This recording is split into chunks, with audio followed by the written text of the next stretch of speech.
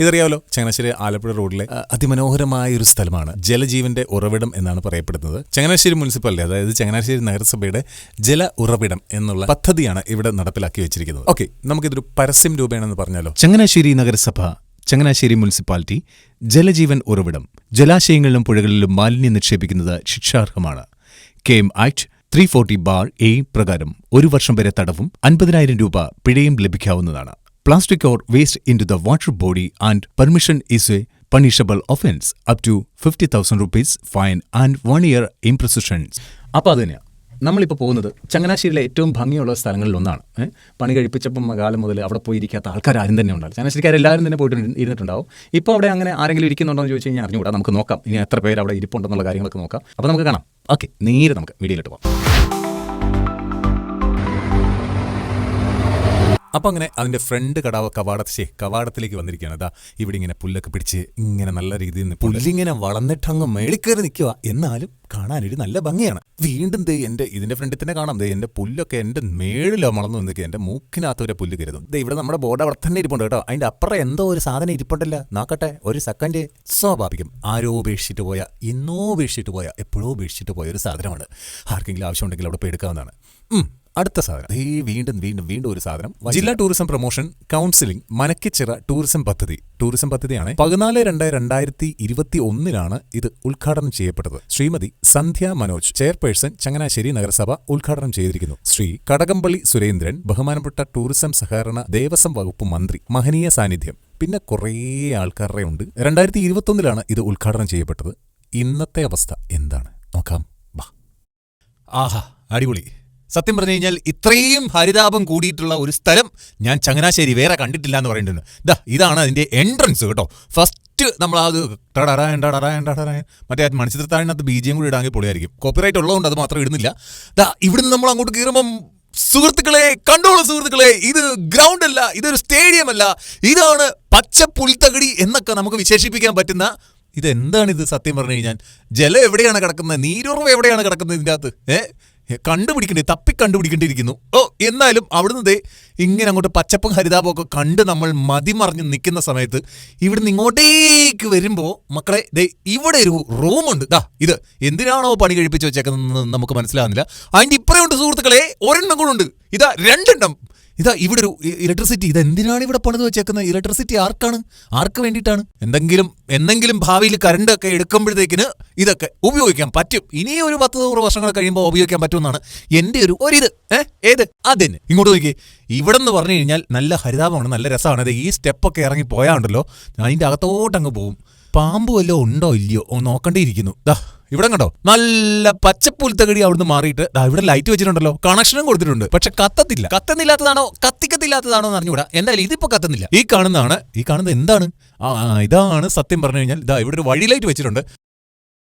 സാധാരണ ഒരു ആൾക്കൊരു കച്ചവടം തുടങ്ങണമെന്നുണ്ടെങ്കിൽ മിനിമം ഇതിൻ്റെ ആവശ്യമേ ഉള്ളൂ. അത്യാവശ്യം നല്ലൊരു കെട്ടിടം, അതിൻ്റെ അകത്ത് വാർത്ത കെട്ടിടം, അതിൻ്റെ അകത്ത് ഷട്ടറൊക്കെ ഇട്ട് ഓടൊക്കെ മേയിച്ച് അടിപൊളിയായിട്ടുള്ള നല്ല ചെറിയൊരു തട്ടുകട, വാഷ് ബേസും വരെ സെറ്റ് ചെയ്തിട്ടുണ്ട്. പിന്നെ എന്നാ വേണം? പക്ഷെ ഉപയോഗിക്കാൻ പറ്റത്തില്ല, ഉപയോഗിക്കാൻ കൊടുക്കത്തുമില്ല. വീണ്ടും കാട് കയറിയ ഒരു സ്ഥലത്തേക്ക് നമ്മൾ പോവുകയാണ്. ഞാൻ ഇങ്ങനെ നടന്ന് നേരെ അങ്ങോട്ട് ചെന്നപ്പോൾ എനിക്കത് ഭയങ്കര സന്തോഷമായിട്ട്, ഒരു സുഖമുള്ള ഒരു സംഭവമായിട്ട് തോന്നി.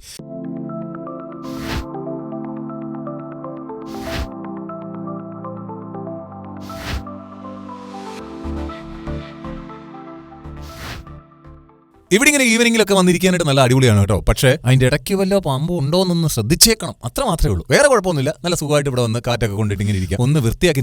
ഈ മരം എന്താണെന്ന് മനസ്സിലായോ? ഇതാണ് ഞാവൽപ്പഴത്തിന്റെ മരം. ഇതുപോലത്തുള്ള കുറേ മരങ്ങൾ ഈ സ്ഥലത്ത് നിന്ന് പെടും. ഇതെന്ത് ചെടിയാണ്? ഞാവൽപ്പഴം വവ്വാല് ചപ്പിയിട്ടാന്ന് തോന്നുന്നു. എന്തായാലും ഇവിടെ കിടപ്പുണ്ട് നിരത്തൊക്കെ ഇഷ്ടം പോലെ. ശരിക്കും ഒരു പ്രേതാലയത്തിനകത്തോട്ട് കയറുന്ന ഒരു ഫീലില്ലേ നിങ്ങൾക്കൊക്കെ? ഇങ്ങനെയൊന്നും അല്ലായിരുന്നേ. ഇതൊക്കെ നമുക്ക് വെച്ചിട്ട് വേണമെങ്കിൽ പുനർജനിപ്പിച്ചിട്ട് വേറൊരു രീതിയിൽ വേണേൽ കാണിച്ചു കൊടുക്കാം. ഇതൊന്ന് മൊത്തത്തിൽ കരികിലയും ചപ്പും ചവറും പിന്നെ എന്തൊക്കെയോ ഇവിടെ കിടപ്പുണ്ട്. പക്ഷെ നല്ല രസമുള്ള ഒരു സ്ട്രീറ്റ് പോലെ.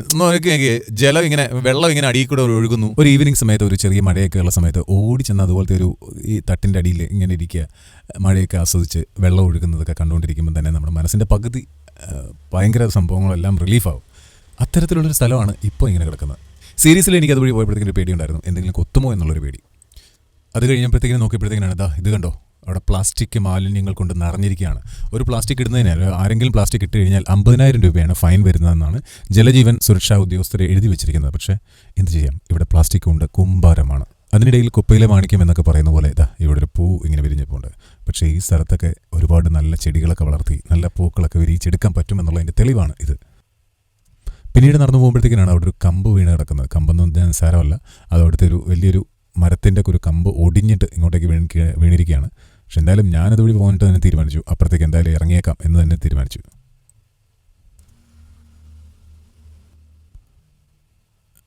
ദേഹത്തൊക്കെ ആവശ്യമില്ലാത്തൊക്കെ പറ്റിയെങ്കിലും ഭയങ്കര ബുദ്ധിമുട്ടായിരുന്നു. അവിടെ ചെന്ന് കഴിഞ്ഞപ്പോഴാണ് മൊത്തത്തിൽ അഴുകിച്ച് ജീർണിച്ചൊക്കെ കിടക്കുന്ന കരിയിലെയും കാര്യങ്ങളൊക്കെ കണ്ടത്. ഒരു ശകലം വെള്ളം ഒഴിച്ചു കഴിഞ്ഞാൽ ചിലപ്പോൾ ഇത് നന്നായിട്ട് ക്ലീനാക്കി വിടാൻ പറ്റും. ആരെങ്കിലുമൊക്കെ ക്ലീൻ ചെയ്യാനായിട്ടൊക്കെ തയ്യാറാണെന്നുണ്ടെങ്കിൽ വന്നു കഴിഞ്ഞാൽ നമുക്കിതൊക്കെ ഒന്ന് ക്ലീൻ ചെയ്തെടുക്കാവുന്നതാണ്. ആരെങ്കിലും അങ്ങനെ കൂടുന്നുണ്ടെങ്കിൽ ഉറപ്പായിട്ടും ഞാനും കൂടാം. ഒറ്റയ്ക്ക് എന്നെക്കൊണ്ട് സാധ്യമാകത്തില്ല. അത് തന്നെയാണ് ഇതിൻ്റെ അകത്ത് പറഞ്ഞു വെക്കുന്നത്. ഇതാ വീണ്ടും അതുപോലെ തന്നെ ഒരു ഹെഡുണ്ട്. കടകൾക്ക് വേണ്ടിയിട്ട് ഓപ്പൺ ചെയ്ത് കൊടുക്കാൻ പറ്റുന്ന ഒരു നല്ല സംഭവമാണ്. പക്ഷെ പറ്റുന്നില്ല. ഈ ഒരു സ്ഥലം കണ്ടോ, ഞാനിപ്പോൾ നമ്മൾ നടന്നു വന്നതിൻ്റെ നേരെ ഓപ്പോസിറ്റുള്ള സ്ഥലമാണ്. തിരിച്ചു പോയൊരു വീഡിയോ എടുത്തതാണ്. ഭയങ്കര രസമാണ്. ഇതൊക്കെ ഒന്ന് ക്ലീൻ ചെയ്ത് ഇട്ട് കഴിഞ്ഞാൽ നമുക്കൊക്കെ അവിടെ പോയി വൈകുന്നേരങ്ങളിൽ ഇരിക്കാൻ പറ്റും, സുരക്ഷിതമായിട്ടിരിക്കാൻ പറ്റും. അതിൻ്റെ അങ്ങേ അറ്റത്ത് കണ്ടോ, അവിടെ ഈ ആൾക്കാരിങ്ങനെ വന്നുകൊണ്ടിരിക്കുക ബൈക്കിൽ കേട്ടോ. ഒരു ചേട്ടനും ചേച്ചിയോടാണ് അങ്ങോട്ട് പൊയ്ക്കൊണ്ടിരിക്കുന്നത്. ശരിക്കും പുഴയായിട്ട് കിടക്കേണ്ട സ്ഥലം തരിശു ഭൂമിയാണോ അതോ ഇതിൻ്റെ മേളിൽ കൂടെ പുല്ല് വളർന്നിട്ട് ഒരാൾ പൊക്കത്തിലൊക്കെ പുല്ല് വളർന്ന് നിൽക്കുകയാണ്. ഇങ്ങോട്ട് നോക്കൂ, ഇഷ്ടംപോലെ പുല്ല് വളർന്ന് നിൽപ്പുണ്ട്. അതിൻ്റെ ഇടയ്ക്ക് ഒരു പാമ്പും കിടപ്പുണ്ട് കേട്ടോ, ഞാൻ കണ്ടായിരുന്നു. അതുകൊണ്ടാണ് ഇതങ്ങ് എടുക്കുന്നത്. ഇനി എനിക്ക് അതിൻ്റെ അടുത്തോട്ട് പോകാൻ വയ്യ. പക്ഷേ ഇതൊക്കെ ഒന്ന് ക്ലീൻ ചെയ്ത് സെറ്റാക്കിയിരുന്ന അടിപൊളിയായിരുന്നു. ദേ ഒരു ഓട്ടോ പോകുന്നത് വഴി. അതിൻ്റെ അപ്പുറം മൊത്തം ഇതായിരിക്കും. കണ്ടോ മാലിന്യങ്ങൾ കിടക്കുന്നുണ്ടോ. ഇത് പ്ലാസ്റ്റിക് മാത്രമല്ല കേട്ടോ, കിട്ടുന്ന സാധനങ്ങൾ ഫുൾ ഇവിടെ കൊണ്ടാണ് വേസ്റ്റ് തള്ളുന്നത്. ഏതൊക്കെ കടകളുടെയാണോ ഏതൊക്കെ ഫാക്ടറികളുടെയാണെന്നൊന്നും അറിഞ്ഞുകൂടാ. എന്തായാലും ഇവിടെ ഇഷ്ടംപോലെ വേസ്റ്റ് അടിഞ്ഞുകൂടുന്നുണ്ട്. ഞാൻ ഇവിടുത്തെ നാട്ടുകാരോട് ചോദിച്ചപ്പോഴത്തേക്ക് നാട്ടുകാർ പറഞ്ഞത് ഈ കിടക്കുന്ന പുല്ലിൻ്റെ അടി മൊത്തം പ്ലാസ്റ്റിക് ആണെന്നാണ്. അത്രയും പ്ലാസ്റ്റിക് ഉണ്ടെന്നാണ് പറഞ്ഞേക്കുന്നത്.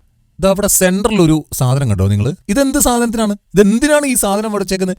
ശരിക്കും പറഞ്ഞാൽ വള്ളം അവിടെ വന്നു കഴിഞ്ഞാൽ അല്ലെങ്കിൽ ബോട്ട് അവിടെ വന്നു കഴിഞ്ഞാൽ ഈ സെൻട്രൽ വന്നിട്ട് നിൽക്കൂ. നിന്നിട്ട് അവിടെ ആൾക്കാർ ഇറങ്ങിയിട്ട് പിന്നെ ഇപ്പുറത്തോട്ട് എങ്ങനെ കരയിലോട്ട് എങ്ങനെ വരും? അതിന് വീണ്ടും വേറൊരു വഞ്ചി വേണ്ടി വരത്തില്ലേ? അപ്പോൾ കടത്തുൾപ്പെടെയുള്ള കാഴ്ച ഇനി ഭാവിയിൽ എപ്പോഴെങ്കിലും പാലം ഇട്ട് കൊടുക്കാനുള്ള ഒരു എന്തായാലും സംഭവം അടിപൊളിയായിട്ടുണ്ട്, നൈസായിട്ടുണ്ട്. സെൻട്രൽ, അതായത് നമുക്ക് യാത്ര ചെയ്ത് ക്ഷീണിച്ച് വരുമ്പോഴത്തേക്ക് അവിടെ ഒരു 10 മിനിറ്റ് നിൽക്കാം. ഇവിടുന്ന് പിന്നെ നീന്തി അങ്ങോട്ടേക്ക് പോയിട്ട് അവിടെ പോയി നിൽക്കാം, തിരിച്ചു വരാം. അങ്ങനെയുള്ള പരിപാടികളൊക്കെ നമുക്ക് ചെയ്യാം. ഇതാണ് കണ്ടോ, ഓരോ ഹുട്ടുകൾ നിങ്ങൾക്ക് ഇവിടെ നിന്ന് കാണാൻ പറ്റും. അങ്ങനെ 1, 2, 3, 4, 5, 6 ഏകദേശം കുറേ ഹുട്ടുകളുണ്ട് അങ്ങോട്ടും ഇങ്ങോട്ടും എല്ലാം. അപ്പം അതൊക്കെ വെറും ഉപയോഗശൂന്യമായിട്ട് ഇങ്ങനെ കിടക്കുകയാണ്. ആരാണ് എന്താണ് ചെയ്യേണ്ടതെന്നുള്ള കാര്യം നമുക്കൊന്നും അറിയത്തില്ല. പക്ഷേ ഈ പുല്ലൊക്കെ ഒന്ന് വാരിയെടുത്ത് അതൊക്കെ കളഞ്ഞ് നല്ല അടിപൊളിയായിട്ട് യൂസ് ചെയ്ത് കഴിഞ്ഞാൽ, നല്ല അടിപൊളിയായിട്ട് ആക്കി കഴിഞ്ഞാൽ നമ്മുടെ ചങ്ങനാശ്ശേരിയിലേക്ക് ഒരുപാട് ആൾക്കാർ വരും. ആരും വന്നില്ലെങ്കിലും ഇവരുണ്ട് കേട്ടോ. ഇപ്പോൾ ഇവിടെ ഇവർക്കുള്ള പുല്ല് ഇഷ്ടം പോലെ ഉണ്ടല്ലോ. പ്രിയമുള്ളവരെ, അപ്പം ചങ്ങനാശ്ശേരിയിലെ ഇതിനേക്കാൾ മനോഹരമായിട്ടുള്ള കാഴ്ചകളൊക്കെ ആയിട്ട് ഞാൻ എപ്പോഴെങ്കിലുമൊക്കെ എത്തുന്നതായിരിക്കും. ഈവൻ നിങ്ങൾ ചങ്ങനാശ്ശേരിക്കാരാണെങ്കിലും അല്ലെങ്കിലും ഇതിങ്ങനെ കടന്ന് നശിച്ചു പോകുന്നതിനെ പറ്റി നിങ്ങൾ ചങ്ങനാശ്ശേരിക്കാരാണെങ്കിൽ നിർബന്ധമായിട്ട് നിങ്ങളുടെ ഒരു കമൻസ് ഇടുക. ഇനി അത് ചങ്ങനാശ്ശേരിക്കാരല്ല എങ്കിലും ഇങ്ങനൊരു കാര്യത്തിൽ ഇതിങ്ങനെ നശിച്ചു പോകുന്നതിന് നിങ്ങളുടെ ഒരു അഭിപ്രായം എന്താണ്? സോ കമൻറ്റ് ചെയ്തോളൂ. മറ്റൊരു വീഡിയോ ആയിട്ട് വീണ്ടും നമുക്ക് കാണാം. അതുവരേക്കും bye and take care. By.